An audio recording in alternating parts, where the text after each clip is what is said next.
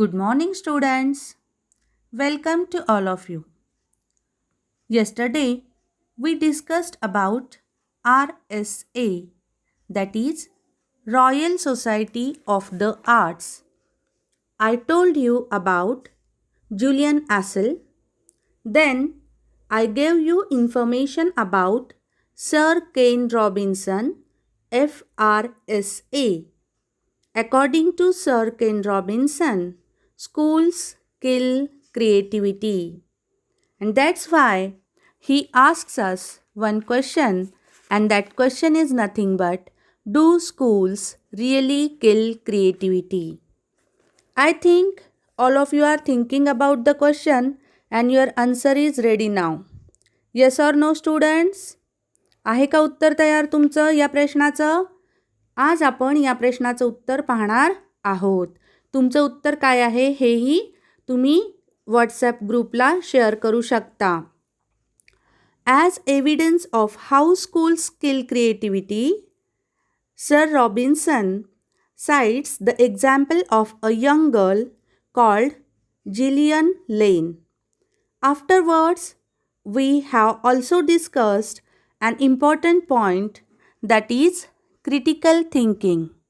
Now today we are going to learn the another important point, and that is 21st century skills and what we really need to do for our education.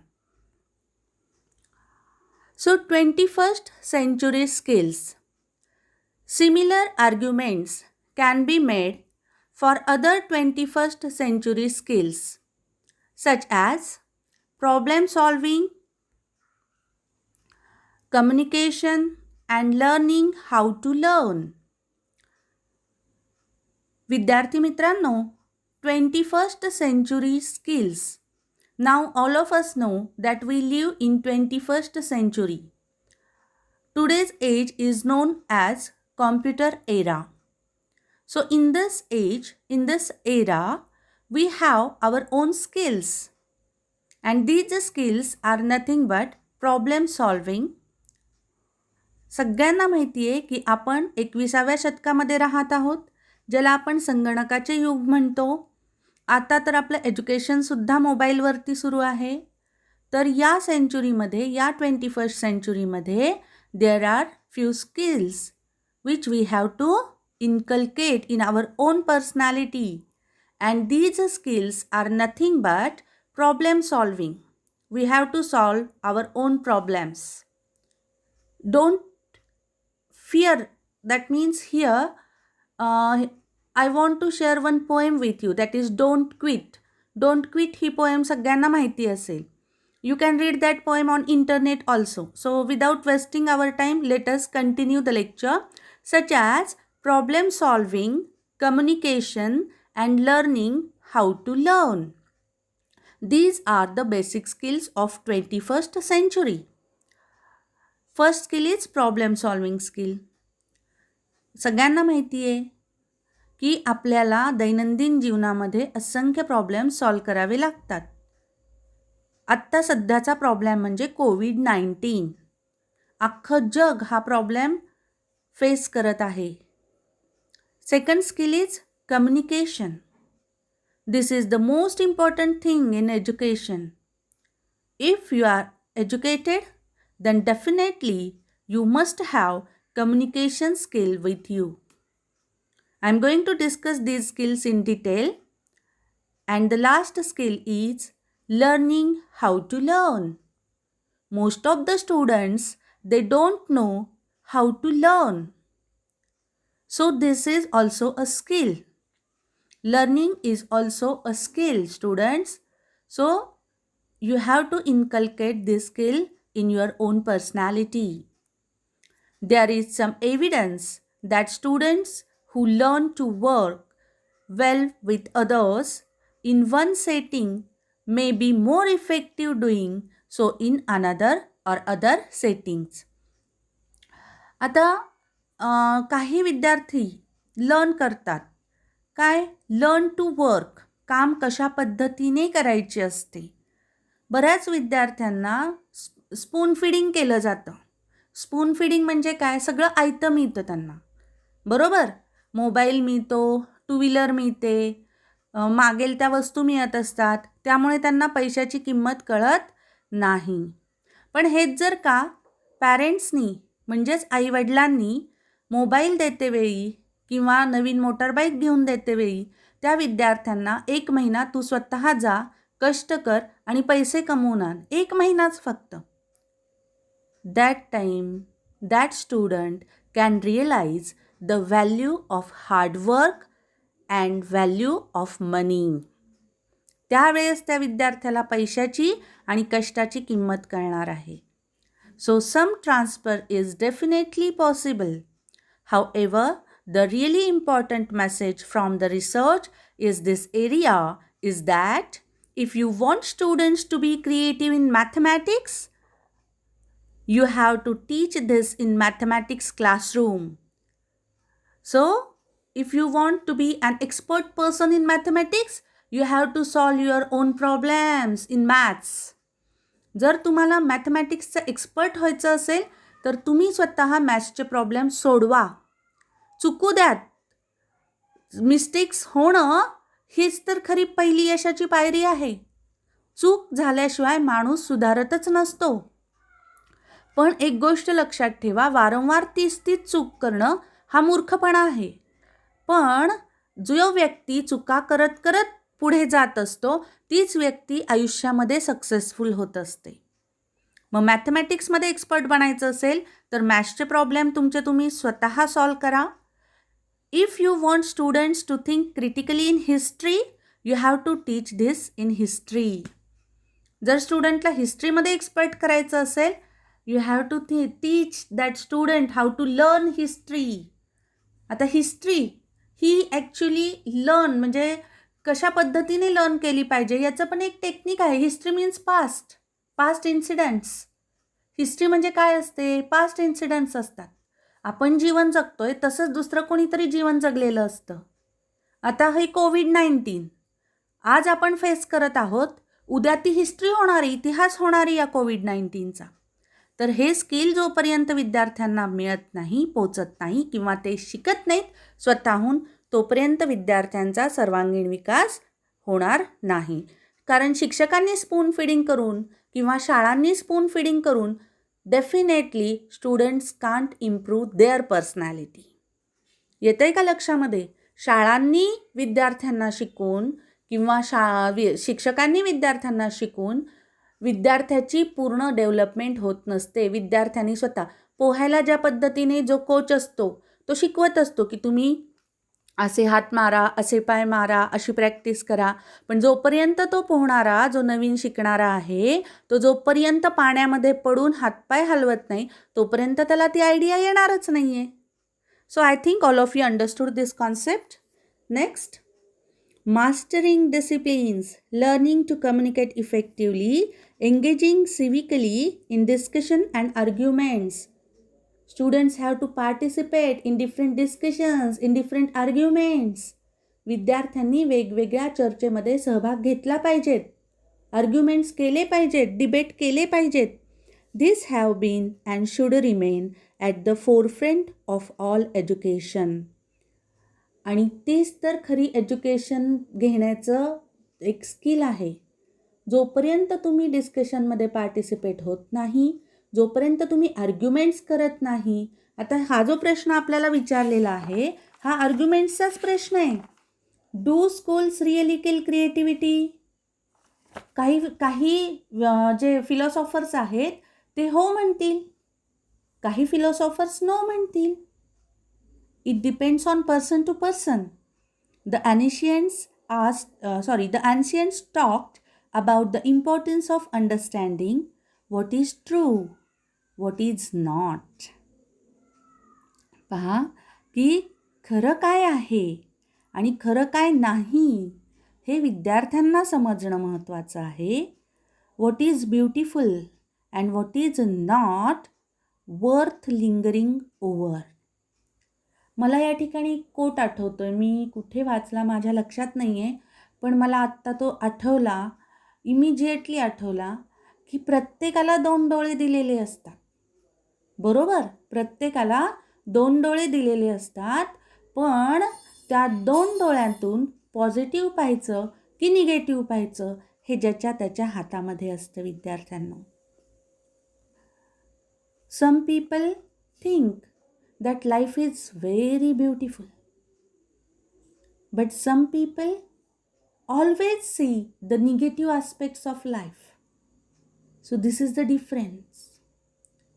जर जीवन जगायचं असेल, we should be positive in our life. Life is really a beautiful thing. We have to enjoy our life.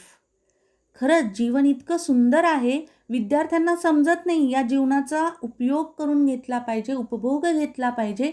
जीवनामध्ये असंख्य सुंदर गोष्टी आहेत. And what is good in terms of being a worthy person, worker and citizen. बऱ्याच विद्यार्थ्यांना कळत नाही चांगलं काय आहे आणि वाईट काय आहे.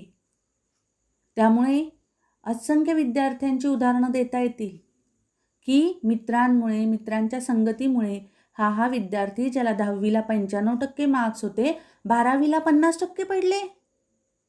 How is it possible?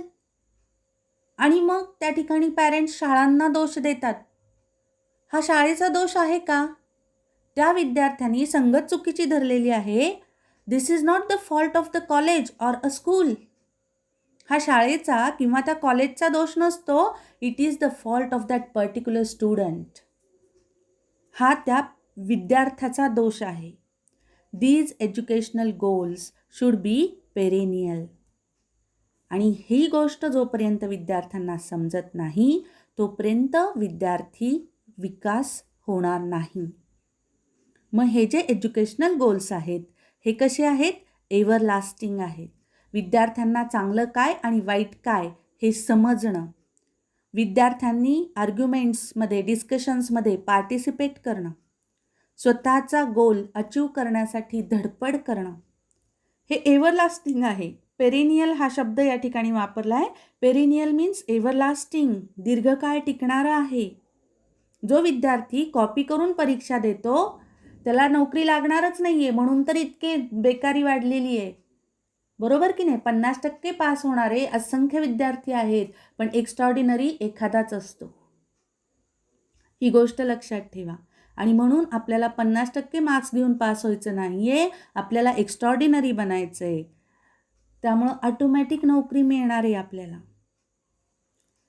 So let us see a figure, a diagram here.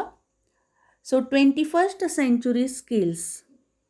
Problem solving. मी मगाशी तुम्हाला सांगितलं की विद्यार्थ्यांना स्वतःचे प्रॉब्लेम स्वतः सॉल्व करू द्यात. फॉरेन कंट्रीजमध्ये 13-14 वर्षाचा विद्यार्थी झाला, मुलगा झाला की तो त्याचं काम करत असतो.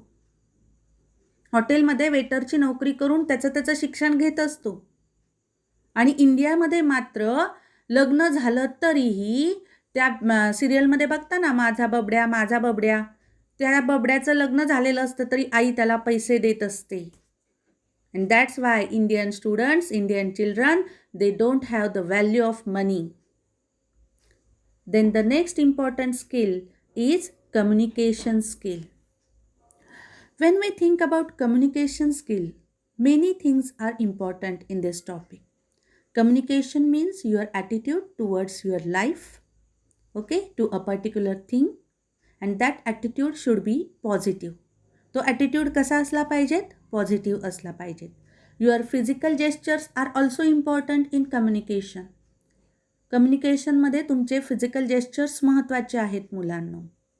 And your command on language. जी भाषा तुम्ही बोलणार आहात त्या भाषेवरती प्रभुत्व असणं गरजेचं आहे. Then the next important skill is, आता जर तुम्हाला भाषेचं सांगायचं झालं तर most of the students are from English medium school.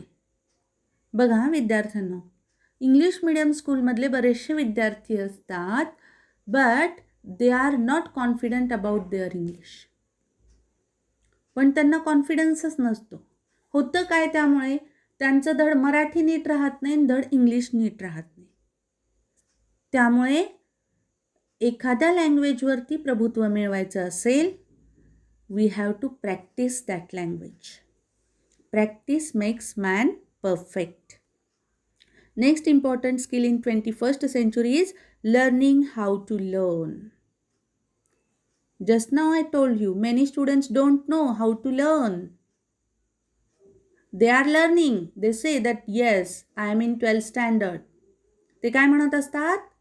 आम्ही कितवीत आहोत? 12th स्टँडर्डमध्ये आहोत. We are studying. But they don't know the technique of study. पण त्यांना टेक्निकच माहीत नसतं अभ्यास कसा करायचा आहे. Only reading or only gossiping with your friends about the particular topic, okay, that is not learning. There is a technique of learning. लर्निंगची टेक्निक आहे. मी कालच्या का परवाच्या लेक्चरला तुम्हाला सांगितलं माइंड मॅपिंगविषयी माहिती देताना की जे विद्यार्थी परीक्षेला जाताना अख्खं पुस्तक वाचतात त्या विद्यार्थ्यांना कधीच जास्त मार्क्स पडत नाहीत. पण जे विद्यार्थी परीक्षेला जाताना पॉईंट्स वाचतात याचा अर्थ त्यांनी आधी ते पॅरेग्राफ, तो जो लेसन आहे तो आधी 10 वेळा वाचलेला आहे, तेव्हा त्यांनी ते इम्पॉर्टंट पॉईंट्स काढलेले आहेत. That means those students no the technique of learning. So this is very important thing, learning how to learn. Then transfer of skill. एखाद्याकडे मी म्हटलं काल की एखाद्याकडे निबंध लेखनाची कला असते, तर दुसरा विद्यार्थी कविता छान लिहू शकत असतो. तिसरा विद्यार्थी सायंटिस्ट म्हणजे त्याचा सायन्स एक्झिबिशनमध्ये तो छान असतो, एक्सपर्ट असतो. प्रत्येकाकडे काही ना काही उपजत गुण असतात. मग आपल्या गुणांची देवाणघेवाण करणं किंवा एखादं स्किल दुसऱ्याशी शेअर करणं ही गोष्ट खूप महत्त्वाची आहे. Sharing is very important. But nowadays students forget sharing. They are self centred, they are narrow minded. ते सेल्फ सेंटर्ड असतात, नॅरो माइंडेड असतात. दुसरा एखादा पुढं चालला असेल तर पहिल्या व्यक्तीला बघवत नाही. जर एखादी व्यक्ती पुढे पुढे जात असेल तर लोक त्यांचे पाय ओढतात. म्हणजेच काय आहे की स्वतःमधले आपले जे स्किल्स आहेत ते शेअर करावेत. आणि जेव्हा तुम्ही इतरांशी शेअर करता तेव्हाच आपला विकास होत असतो. लक्षात घ्या. Next, so the answer of our question. Students, मी तुम्हाला सांगितलं होतं की लेक्चरच्या शेवटी मी तुम्हाला या प्रश्नाचं उत्तर देणार आहे. कुठला प्रश्न आपला? Do schools really kill creativity? So the answer is definitely no. Big no. Schools don't kill creativity. मी सांगितलं की शाळा, कॉलेजेस, शिक्षक हे विद्यार्थ्यांची क्रिएटिव्हिटी किल करत नाहीत. तर पालक सांगतात शिक्षकांना की नोट्सच दिल्या जात नाहीत. शिक्षकांचं काम शिकवणं आहे, बरोबर? मग शिकवताना नोट्स काढल्या पाहिजेत. When we were students we prepared our own notes. We never asked our teachers about notes. आम्ही कधी आमच्या शिक्षकांना विचारलं नव्हतं की आम्हाला नोट्स पाहिजेत म्हणून. ज्यावेळेस शिक्षक शिकवतात तेव्हा आम्ही नोट्स काढायचो. आजकाल तुम्ही ज्यावेळेस आम्ही शिकवत असतो, आता ऑनलाईन टीचिंग चालू आहे, किती विद्यार्थी ऐकतात येत्रे नीट? इकडे ऑनलाईन चालू आहे, शिक्षकांची बडबड चालू आहे, आणि तिकडं आम्ही काहीतरी वेगळंच करत आहोत. मग स्टुडंट्स क्रिएटिव्ह होणार कसा? Next, so here in this diagram, in the present diagram, we can see forefront of all education and educational goals. So educational, let us see educational goals first. What is true, what is beautiful and what is good. विद्यार्थ्यांना हे समजलं पाहिजे की खरं काय आहे, सुंदर काय आहे आणि चांगलं काय आहे. आलं का लक्षामध्ये? आणि जोपर्यंत हे विद्यार्थ्यांना समजत नाही तोपर्यंत तो विद्यार्थी एक चांगला नागरिक बनू शकत नाही. क्लीनलीनेस कॅम्पेन आपण अरेंज करत असतो. क्लीनलीनेस कॅम्पेन अरेंज करतो आणि कॉलेजच्या गेटच्या बाहेर जाताना अनेक विद्यार्थ्यांना भूक लागलेली असते, कारण कॅम्पेन त्यांनी अटेंड केलेलं असतं. मग बाहेरचे चॉकलेट्स घेतात, बिस्किट्स खातात, रॅपर्स तिथेच टाकून जातात. म्हणजेच जे आपण म्हणतो की क्लीनलीनेस फॉलो केला पाहिजे तो करत नाहीत. म्हणजेच व्हॉट इज ट्रू, सत्याची सोबत असली पाहिजे, पण किती जण सत्याची सोबत देतात रे? खरं काय आहे, खरं जाणून सुद्धा घेत नाहीत. एक कोट होता, आहे म्हणजे तो कोट काय आहे की हेटर्स स्प्रेड रूमर्स. जे हेटर्स असतात ते रूमर्स स्प्रेड करतात. Foolish believe it. जे मूर्ख लोक असतात ते त्या रूमर्सवरती विश्वास ठेवतात. And idiots act accordingly. आणि जे इडियट लोक असतात ते त्याप्रमाणे वागतात. पण ती व्यक्ती, ज्या व्यक्तीबद्दल अफवा पसरवली गेली आहे, ती व्यक्ती प्रत्यक्षात कशी आहे ह्याचा आपण अनुभव घेणं गरजेचं आहे. Then forefront of all education, mastering disciplines. मी सांगितलं की चॉकलेट खाल्लं तर रॅपर आपल्या सॅकमध्ये ठेवायचं आणि ते घरी गेल्यानंतर डस्टबिनमध्ये टाकायचं. याला म्हणतात डिसिप्लिनवरती मास्टरी असणं. Learning to communicate effectively. Learning to communicate effectively म्हणजेच काय आहे की you have to learn how to communicate with others.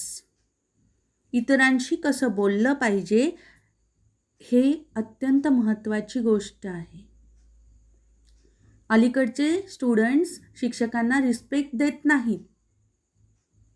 जर तुम्ही कंपॅरिझन केलं old students and today students तर तुमच्या असं लक्षात येईल की पूर्वीचे स्टुडंट्स किती शिक्षकांना रिस्पेक्ट देत होते. तुम्ही स्वतः विचार करा या गोष्टीचा. There is no need okay of any explanation. Next, engaging civically in discussion and argument. विद्यार्थ्यांनी डिस्कशन्समध्ये आर्ग्युमेंट्समध्ये पार्टिसिपेट करणं गरजेचं आहे. मग एवढं सगळं जर शाळा करत असतील तर डू स्कूल स्किल क्रिएटिव्हिटी. मग म्हणू शकता का तुम्ही की शाळा क्रिएटिव्हिटी नष्ट करत आहेत म्हणून? No, definitely not. So here I want to tell you, I want to conclude my lecture with the two important things. The first one is that if the maximum number of children are to be given the greatest possible chance of realizing their creative potential, म्हणजे जर विद्यार्थ्यांनी त्यांच्या स्वतःमधील सुप्त गुणांची जाणीव करून घेतली, schools need to provide rich and broad curriculum that includes the so-called creative subjects that are the visual and performing arts. म्हणजेच शाळेमध्ये अशा विषयांचे आराखडा निर्माण केला. सिलॅबस अभ्यासक्रम म्हणता तुम्ही त्याला. तर अभ्यासक्रम अशा प्रकारचा असला पाहिजे की ज्यामध्ये स्टुडंट्स इंटरेस्टेड आहेत.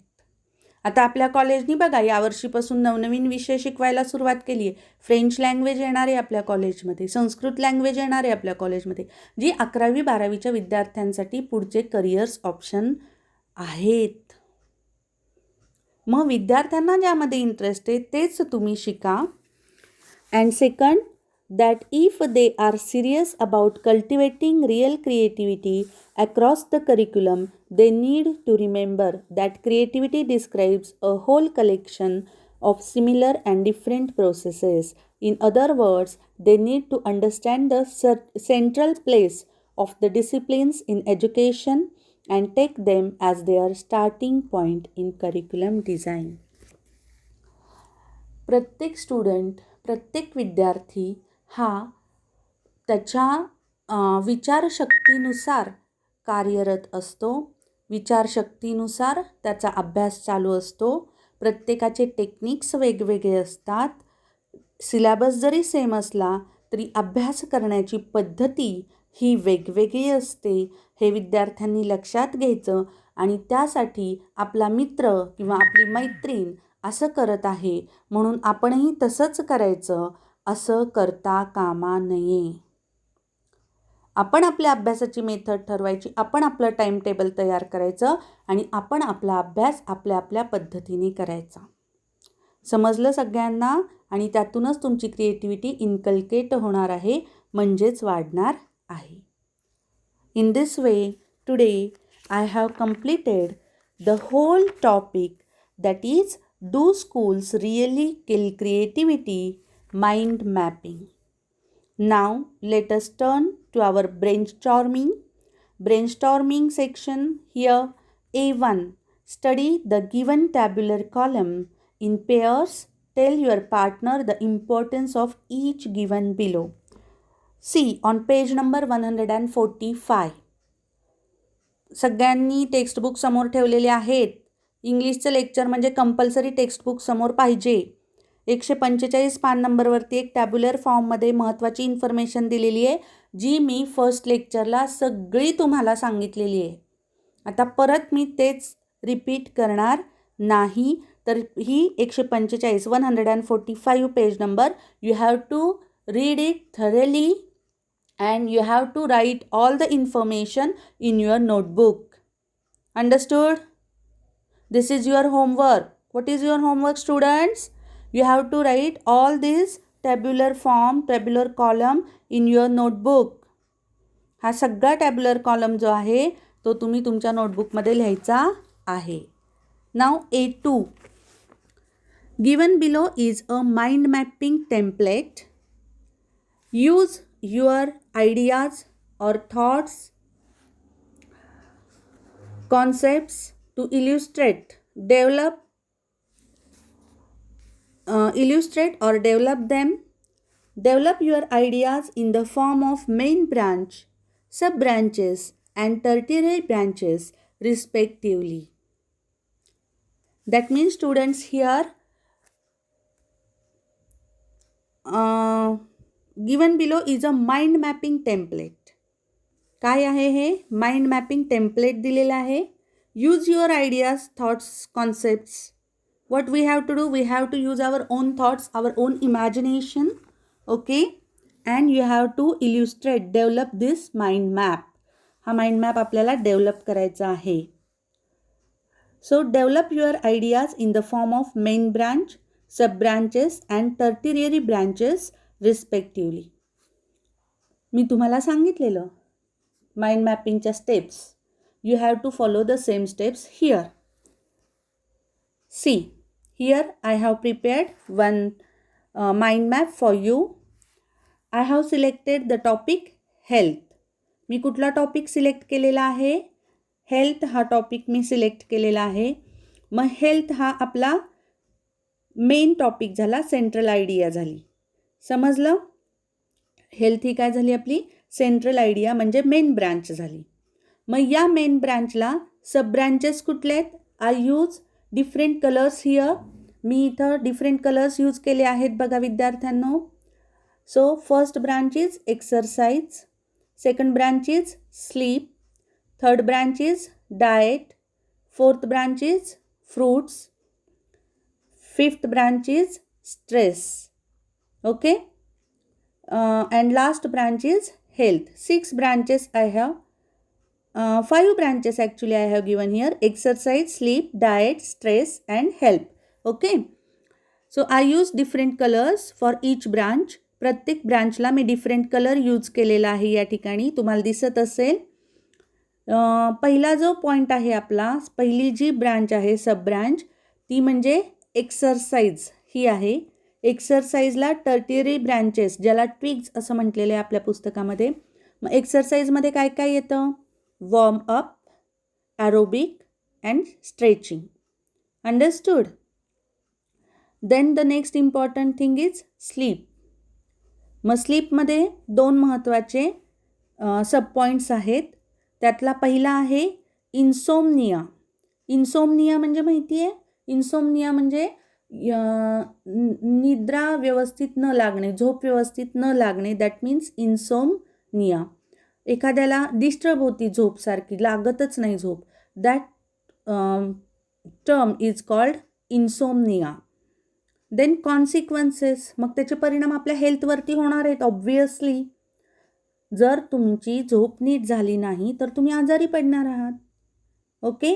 जर तुमची व्यवस्थित झाली नाही तर एक्झामच्या पिरियडमध्ये तुम्ही भले कितीही वर्षभर अभ्यास केलेला असला आणि एक्झामच्या आदल्या दिवशी जर तुम्ही झोपला नसताल तर दुसऱ्या दिवशी 3 तास तुम्ही डिस्टर्ब असणार आहात.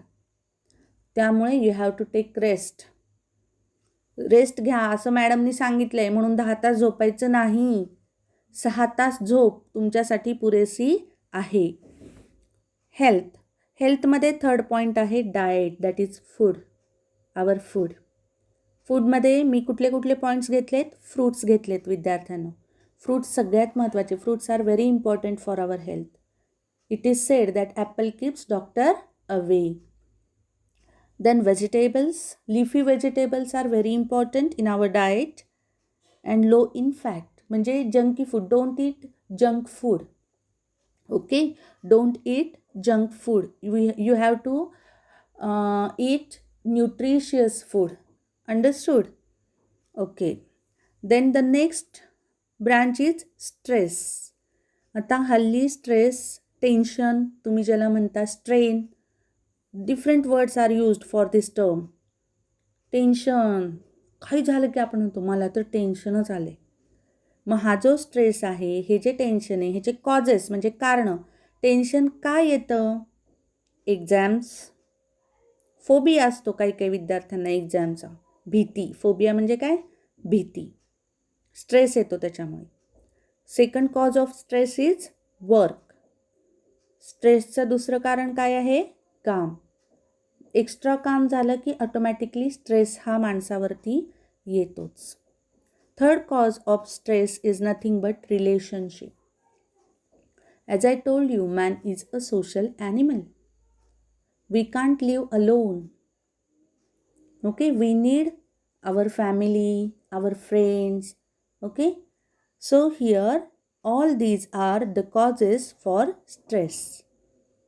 Then what are the solutions for that? मग स्ट्रेस घालवण्यासाठी काय सोल्युशन्स आहेत? उपाय काय आहेत? Set goals. म्हणजे तुमचं टाइमटेबल तयार करा आणि त्यानुसार डेली रुटीन ठेवा. मग तुम्हाला स्ट्रेस येणार नाही. वेळच्या वेळी ते काम झालं की लोड येत नाही. Then next thing is, next solution is yoga. Yoga is the best solution on stress. I experienced this. मी स्वतः अनुभव घेत आहे की जर स्ट्रेस आला आणि मेडिटेशन केलं तर डेफिनेटली आपला 50% स्ट्रेस हा कमी होतो. Yoga is really helpful, useful for our health. Then the next point is help. मग हेल्प कुणाची घेतो आपण? Doctors, dietitians, etcetera etcetera. म्हणजे हेल्थसाठी काय काय महत्त्वाचं आहे? एक्सरसाइज म्हणजे व्यायाम करणे, स्लीप म्हणजे झोप, फूड डाएट म्हणजे अन्न आपण जे खातो ते महत्त्वाचं आहे. स्ट्रेस म्हणजे जो स्ट्रेस येतो आपल्या, त्याच्या मी उपायही या ठिकाणी दिलेले आहेत.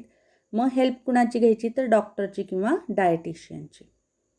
I think all of you understood this mind map. हा माइंड मॅप समजला आहे सगळ्यांना? या ठिकाणी मी ॲरो वापरलेला नाही आहे, जसं टोनी बुझाननी सांगितलेले. म्हणजे या माइंड मॅपमध्ये ॲरो वापरावा की नाही यावरती सुद्धा आर्ग्युमेंट्स आहेत. यावरती सुद्धा काय आहे? आर्ग्युमेंट्स म्हणजे डिबेट. म्हणजे कोणाला वाटतं की ॲरो वापरलं तरी चालतं आहे, कोणाला वाटतं की ॲरो नाही वापरायचे. It depends on person to person. तर म्हणजेच काय रे, की काही शिक्षकांना तुम्ही ॲरो वापरलेले चालू शकतात, काही शिक्षक म्हणतील नाही, माइंड मॅप आहे म्हणजे ब्रेनशी कनेक्टेड आहे, मग त्यांनी जे सांगितले ते आपण फॉलो करूयात, असंही काही शिक्षक म्हणतील. तर तुम्हाला जसं योग्य वाटतं त्या पद्धतीने तुम्ही माइंड मॅप काढा. मी या ठिकाणी ॲरोचा वापर केलेला नाही आहे. Next A3. आता ॲक्टिव्हिटी नंबर 3. तर ॲक्टिव्हिटी नंबर 3मध्ये develop a mind mapping frame or design to show the development in your personality seen within yourself in the last 5 years you can take the help of the following points in order to develop each of them into further branches. Development in physics, self-learning process, communication skills, social awareness, family responsibility. So here again the writer asks us to draw a mind map on the personality development. In short, development in your personality means personality development. Personality development तुमची मागील 5 वर्षामध्ये स्वतःच्या पर्सनॅलिटीची development कशी झालेली आहे या बाबतीत आपण माइंड मॅप फ्रेम करायचा आहे. खालील पॉईंट्स आपण त्यासाठी वापरायचे आहेत. कुठले कुठले पॉईंट्स दिलेत? Development in physics, self learning process, communication skills, social awareness and family responsibility. So students, now what you have to do? Just try to frame a mind map on this activity. What you have to do? You have to try to frame a mind map on the same activity. या ॲक्टिव्हिटीवरती तुम्ही mind map काढण्याचा प्रयत्न करा घरी. बघू तुम्हाला जमतोय का? Okay. आणि आजच्या लेक्चरला आपण इथेच थांबूयात. पुढच्या लेक्चरला मी याचा माइंड मॅप तुम्हाला सांगणारच आहे. माझा तयार आहे, पण आता आपल्या लेक्चरचं टायमिंग संपलेलं आहे. So we have to stop here. आता आपल्याला इथं थांबलं पाहिजेत. त्यामुळं आपण याचा आन्सर नेक्स्ट लेक्चरला पाहूयात. So okay, bye bye students. Thank you so much. Stay home, stay safe and do your homework regularly. Bye bye.